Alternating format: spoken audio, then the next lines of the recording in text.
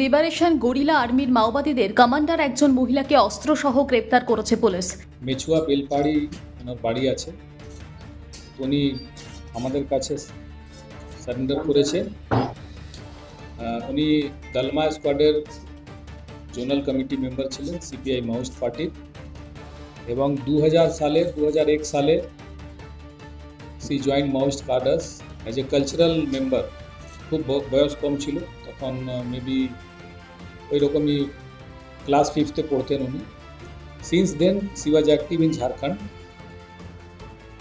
in Bihar, Jharkhand, Odisha যে border committee আছে ওইখানে ছিলেন। and later on they shifted to Saranda jungle working under মিছিল বেসরাজ command, এবং ওইখানে পশ্চিম বাংলা থেকে কিছু মাওয়িস্ট যে অ্যাক্টিভ ছিলেন, they are also still there in Saranda area. So in February she decided to surrender, and that's how.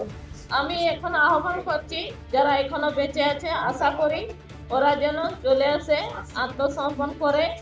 এটাই আমি সঠিক মনে করছি, ওদেরকে আহ্বান করছি। এখনো যারা পশ্চিমবাংলা থেকে এখনো অন্যান্য জায়গাতে এখনো বেঁচে আছে, আমার এটাই আহ্বান, ওরা আবার ফিরে আসুক, আত্মসমর্পণ করুক আর ঘর সংসার পরিবার কাছে থাকুক। এটাই আমার আশা ওদের কাছে। আমি মনে করি এখানকার যে পরিস্থিতি, এখন এই আন্দোলন এখন ঠিক নয়, তাই আত্মসমর্পণ করেছি। এই সরকার বলেছে মূল স্রোতে ফিরে আসতে, তাই আমি ফিরে এসেছি। সরকারের উপর অনেক আশা রয়েছে, তাই ফিরে এসেছি। যারা এখনো বেঁচে আছে তাদেরও আমি আহ্বান জানাচ্ছি যেন এসে আত্মসমর্পণ করে, ফিরে আসুক, ঘর সংসার করুক। 2001 সালে উনি যোগ দেন, ঝাড়খণ্ড বিহারে অ্যাক্টিভ ছিলেন তিনি। ওনার আত্মসমর্পণ করেছেন, স্বাভাবিক জীবনে ফিরে এবং যেতে চান। তাই ঝাড়খণ্ডের ওনার নামে 10 লক্ষ টাকার ইনাম ছিল। নাম পুষ্পা ওরফে শকুন্তলা। ব্যুরো রিপোর্ট, আরোহী নিউজ বাংলা।